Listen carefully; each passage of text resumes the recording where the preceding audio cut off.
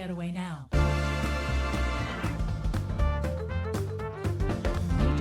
Just getaway now.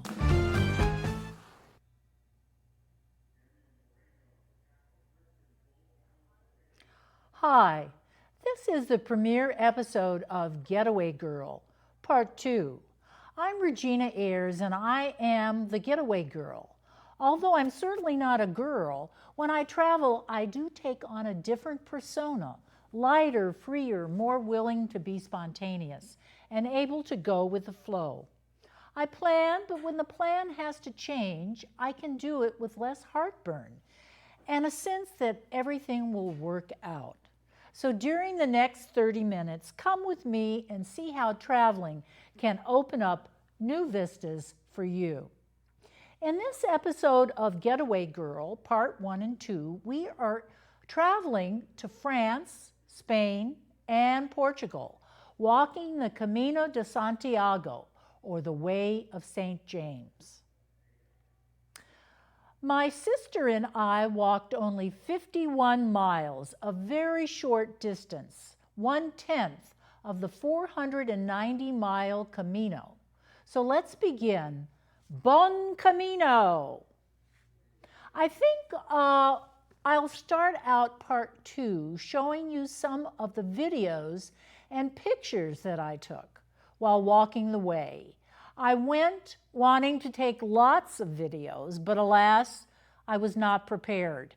I never had enough storage on my iPhone and only got a few videos. Lesson: if you are a videographer, make sure your camera has plenty of storage.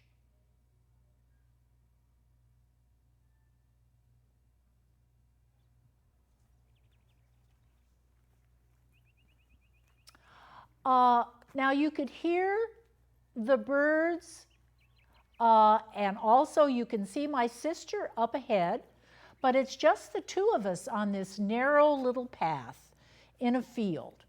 But that is not always the case. Here we're walking along a busy street on a sidewalk.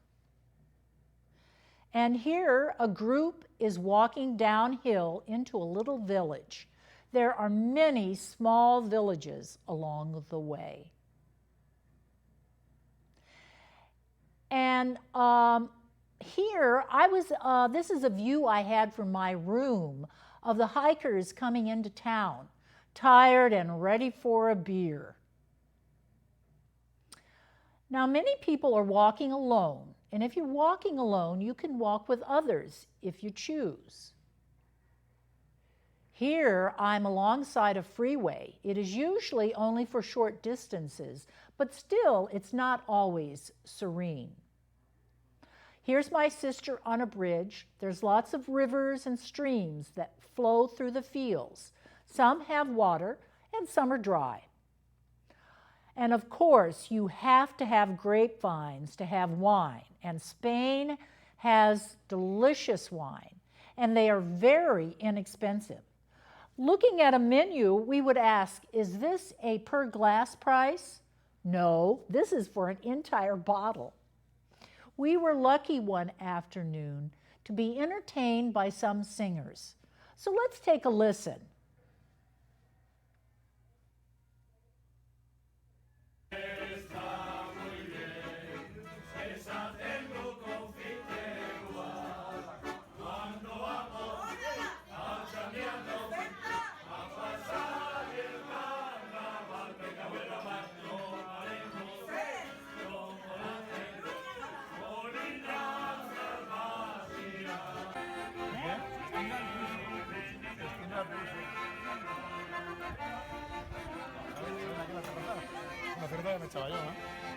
No deberías, ¿eh?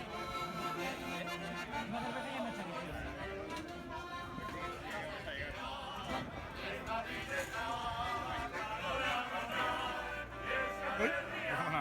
Okay.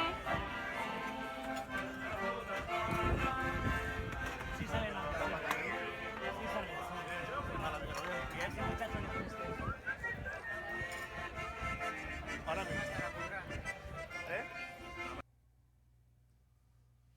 In part one, I talked about backpacks and water, what worked for me and what did not work for me. In part two, I will tell you about my experience with shoes and poles or walking sticks. I brought 2 pairs of shoes with me here today.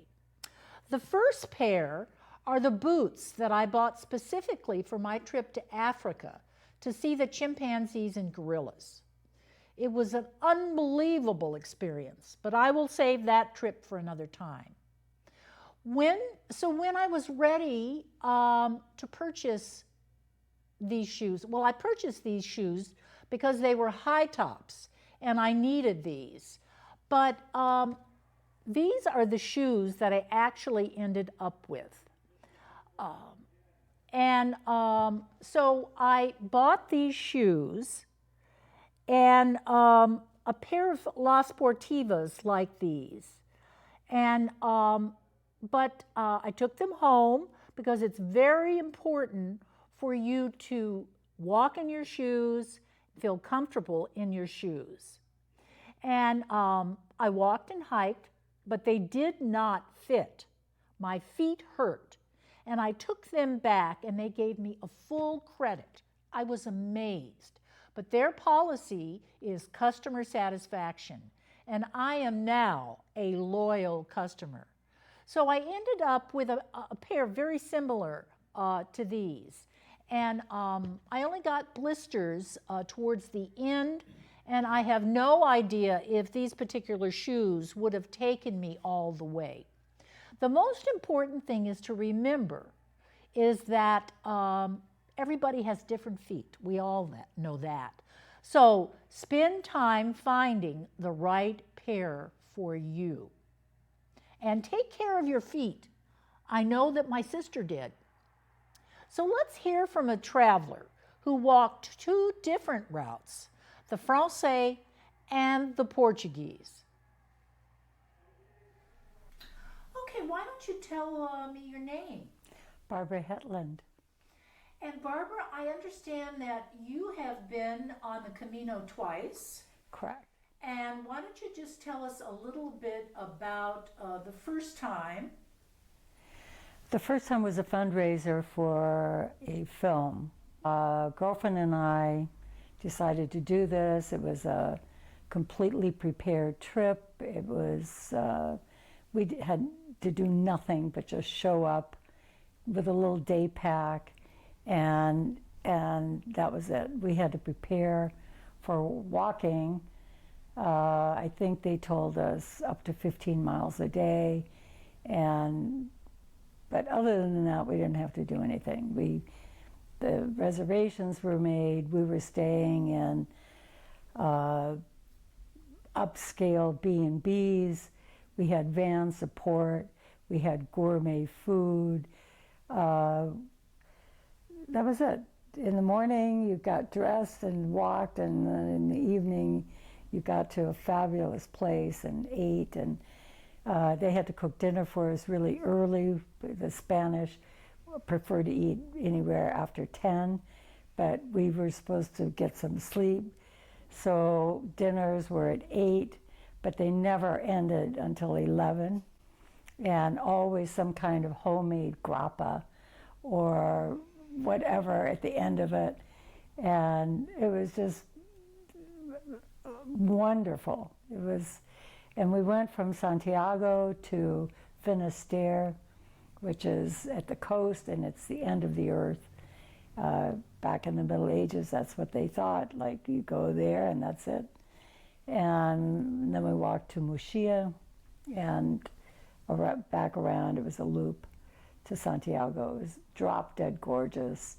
There were coastal hills, kind of like we have, that we had to go over, but it was enjoyable.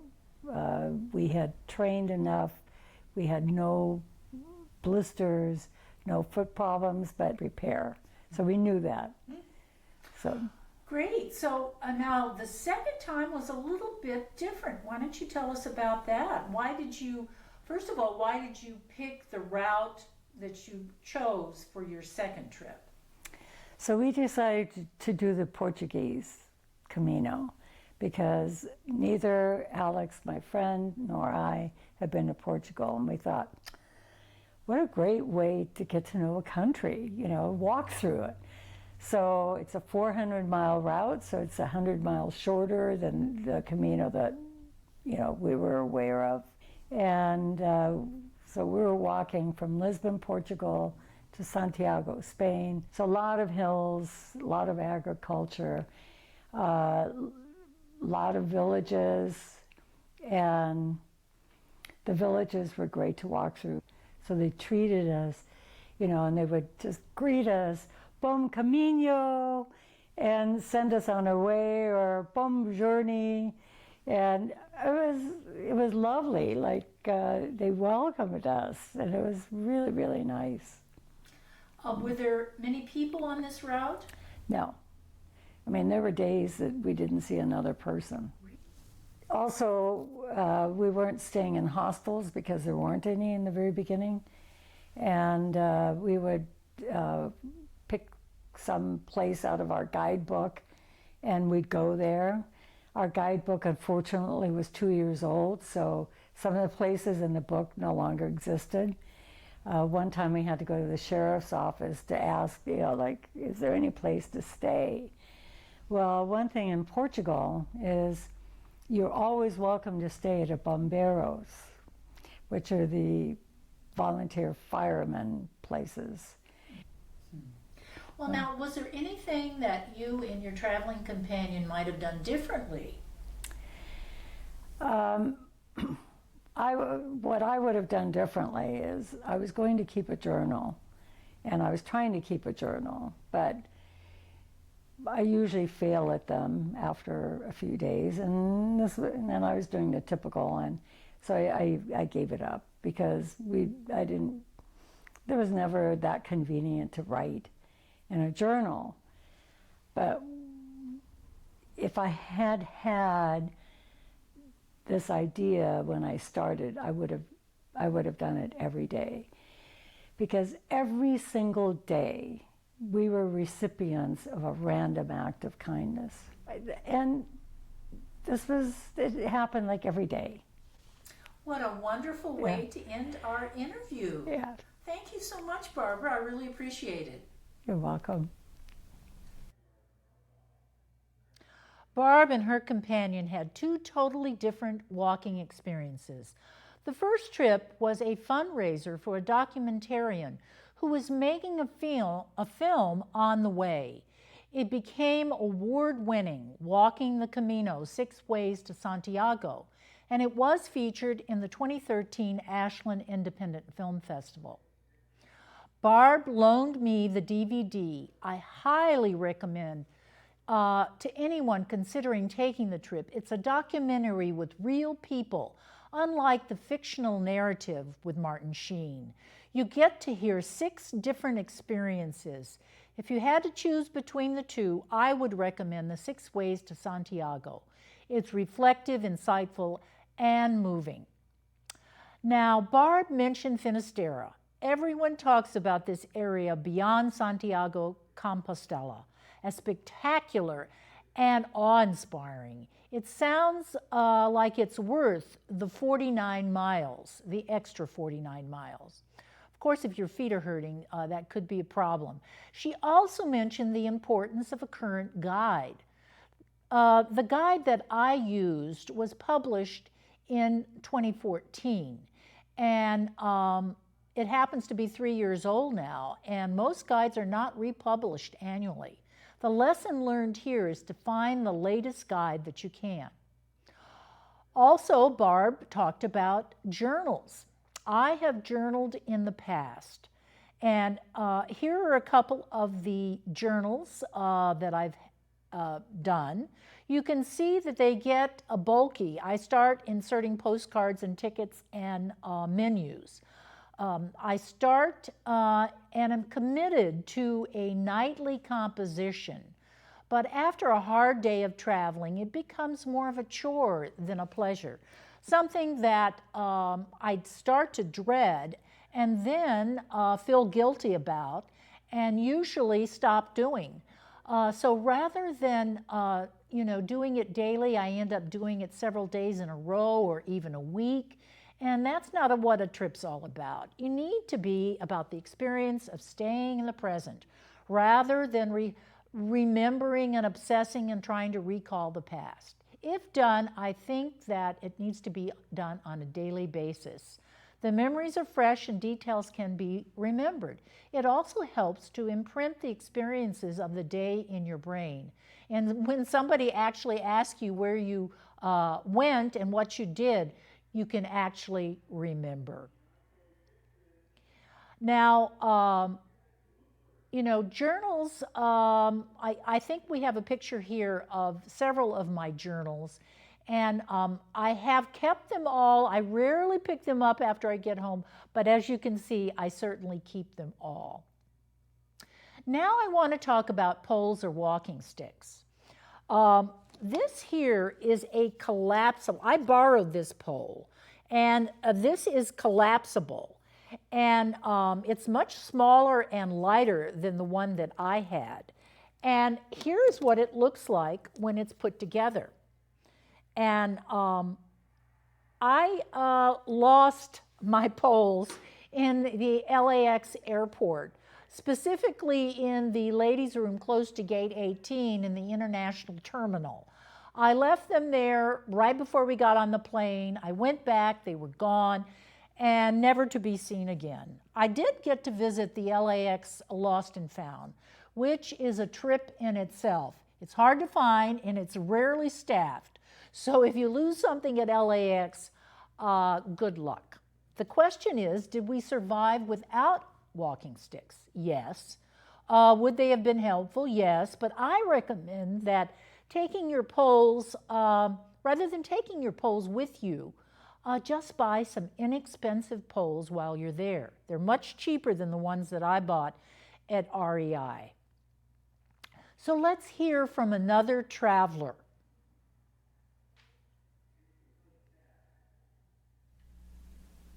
So why don't we start with you telling me your name? Suzanne Duncan. I traveled with my husband, John Duncan. Why did you decide to go on the Camino? Well, I can't remember when, but the Ashland Film Festival had 6 Ways on the Camino. And I went to see that film and I was so taken with it. And I came back and I told my husband that someday that was something I very much wanted to do and do it with him. We started training for it. He was a little bit reluctant at first, but when he gave me a really nice set of walking sticks for Christmas, I knew it was a done deal. So we trained for the half marathon, and then we just continued walking. And then gradually after the Christmas season, I added books to a small backpack, and then we got our packs. We didn't have any gear at all, and we just started weighing everything on the kitchen scale and putting what we needed into our backpacks and switched from books to what we were actually going to carry. Ashland's a great place to train. It's very supportive. If you're passing anybody who's carrying a pack, they'll say what you're training for. And if you say Camino, they say, oh yeah, I'm going to do it, or I did it, or whatever. Yeah, Buen Camino. And the terrain here, the altitude, the terrain, and the hard surfaces are just fabulous for training. And once you know you can go from the bottom of Park to the top and over White Rabbit and down and back to here, you're feeling like, yeah, I can take it on. I was happy with our training. The first week, we would get into where we were staying and just fall on the bed and, take that nap. But later, you didn't need the nap. So there's lots of routes. So which route did you decide to take? Well, we went for the the classic one, the one that was on the film that I had seen. And so we started in Saint-Jean-Pied-de-Port all the way to Santiago. We did that in 35 days, went on to Finisterre. Yeah. Everybody talks about that. Yeah, you just can't stop walking. Right. I will say we did have some challenges, and one challenge was even though we thought we had the best shoes possible, and had worn them in the latter part of our training, both of us had issues with our shoes. My husband was able to work it out with duct tape and some, creative things. I had to search all over Burgos. We got in at, mid-afternoon, and as much as you wanted to just take a break and drink a beer, we had to search through a couple of stores, which were far-flung, to find a pair of shoes to fit me. Those shoes took me into the finish, and they were fine. I did also have a health issue with my foot. I had a bone that was rubbing in on a tendon, and all through training, no problem at all. But the repetitiveness of daily walking, I was sort of living on Voltaren, and near the end, it was really hard because, you just want to go for it. And there's some sort of this macho thing about it, which you shouldn't be. And so this is a lesson. And I had to stop walking for 2.5 days and taxi to meet my husband. And then I had a couple of days when I sent my pack ahead. I was able to walk into Santiago that last week with my pack. So that was wonderful. Great. Yeah. So did you get the stamps along the way? Oh, yes. Yes. Oh, yeah. Everybody Did you does frame that. when you got back? We thought we were going to, and we didn't. What became more important to us is my husband's a geologist. And so all along the way, he was collecting rocks. Now, small rocks, but adding to our pack. And those rocks have become very important to us as family. And we recently just celebrated our 50th wedding anniversary. And my husband took the rocks and put little gold arrows on them. And we sat here as a family, and he put together the most beautiful presentation about wanting and hoping that someday, wishing and hoping someday that his family, his children and grandchildren will walk the Camino. We went deep into ourselves at a spiritual level. My husband is not a spiritual person, but he went deep into himself, and I am more spiritual. But we came together in such a way, and we relived our life. And when we came back, we discovered health issues that we didn't know about at the time, thank God, and we discovered other family issues with my aging parents. And the Camino has given us the strength and that depths to go back to take us through the challenges we've had post-Camino. Well, that is a wonderful story. Yeah, that's our personal story. I know, and I think it's a wonderful way to end our video. So thank you so much, Suzanne. I You're- appreciate it. You're welcome. I love Suzanne's story. She faced challenges along the route with having to find new shoes and then having to stop walking for several days. It reminded me of a woman on the 6 ways to Santiago. She cried when she had to stop, but she finally made it, and so did Suzanne. Suzanne's story was very personal. Her experiences gave her the strength to face some challenges post-Camino, and I loved what her husband did with the rocks he collected. They became gifts to his children and grandchildren in hopes that they would also walk the Camino. Walking is the primary mode of transportation that people take, but there are other ways to travel the Camino. My sister and I walked and took buses when needed, but others bike and even ride horses. We saw this man several times along the way, in the countryside and in the cities, and I could not figure out if he was bringing a second horse or it was a backup, and he was, it was a backup or he was bringing it as a second horse for somebody else.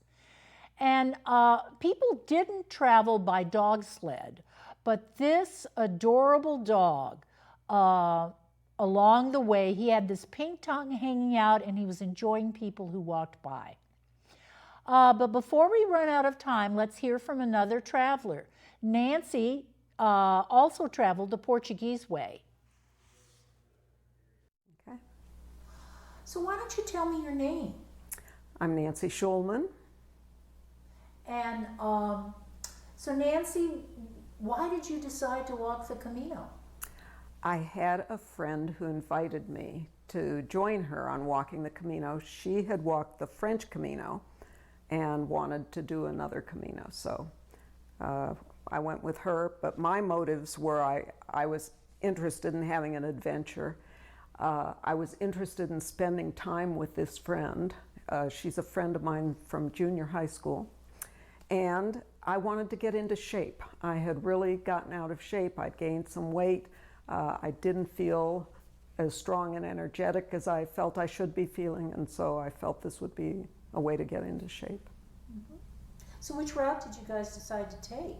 We took the Portuguese Camino, Okay. and that was because she didn't want to repeat what she had done the year before, and so we started in Porto, Portugal, and went up to Santiago de Compostela, Spain. It's 180 miles. It's not the 500 miles of the French Camino. Is that what you, she had walked that before? Yes, she had done the full 500 Yeah. miles. So how did you train for that, since you didn't feel like you were in shape? Well, I did quite a bit of things. First of all, I walked everywhere from the time that we made the decision to go. So for about 5 months, I walked. If I needed to go downtown, if I was going downtown to a movie, I walked. If, you know, I mean, to absolutely everything, I just walked as much as I could. Another thing is I took an Ollie course on trekking, and the instructor had walked a Camino, and he talked a lot about preparing and packing lists and things like that. I was able to attend a pilgrims meeting, Camino pilgrims meeting down in California that happened just about a month before I was ready to leave, and they gave lots of safety tips and first aid, and there were little workshops. It was for 3 days, I think, and they, you know, so there was a lot that I learned there about what to take. Many of the people had already done a Camino, and some had not, like myself, so I did that. I looked on the internet.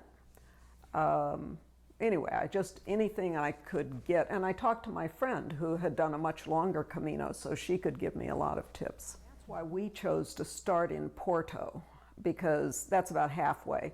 But from Porto on up to Santiago is gorgeous, through hills and countryside and small villages. We walked 3 days along the coast. They have a boardwalk that goes along the coast that you can walk on, and that was beautiful, and then we cut inland.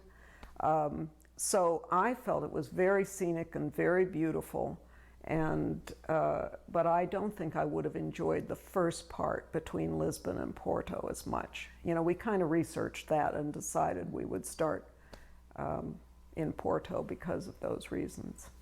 Did you stay in hostels or hotels or? Almost totally in the public hostels.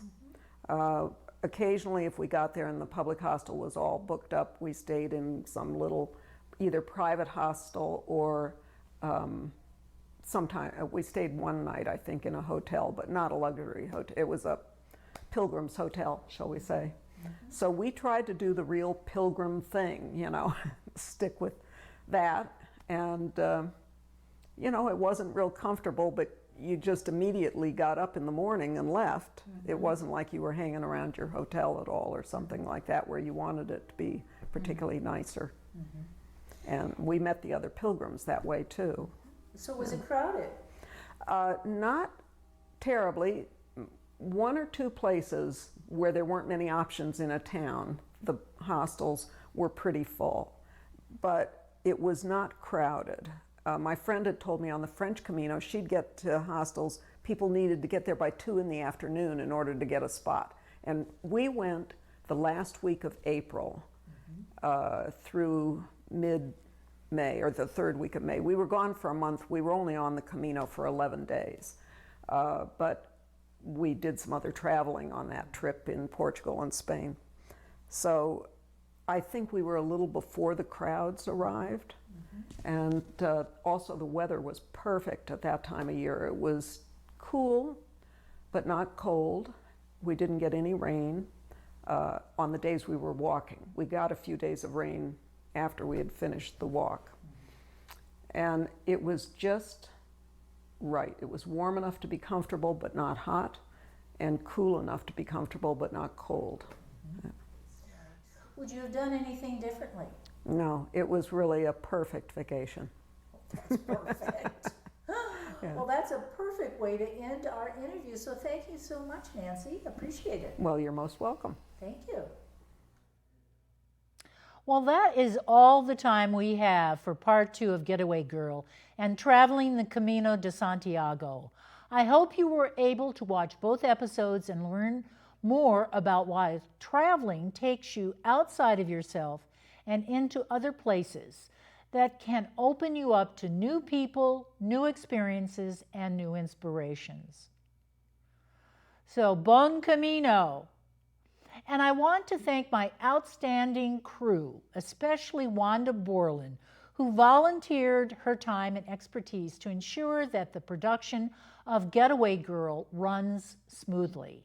Also like to thank Bob Naron, Urban Kohler, Lynn Likens, Ian Jones, Gary Mark Roberts, David Nenow, and Joe Curl, and John Letts. Also Alex McGlasson, who's not here today, but he created the opening Getaway Girl video. So thanks to all. I'd also like to thank the Rogue Valley TV and SOU for providing the Digital Media Center for the recording and broadcasting of public access shows created by members of our community for our community.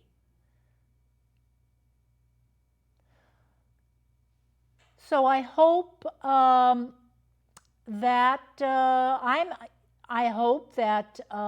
you can join us again soon for Getaway Girl, and that's all for now. So thanks for watching, and bye. Getaway, getaway now. Take a plane, take a train, take a car, just getaway, getaway, getaway now. No need to be far, just getaway, getaway, getaway now. The world is small, many ports to call, just getaway, getaway, getaway now.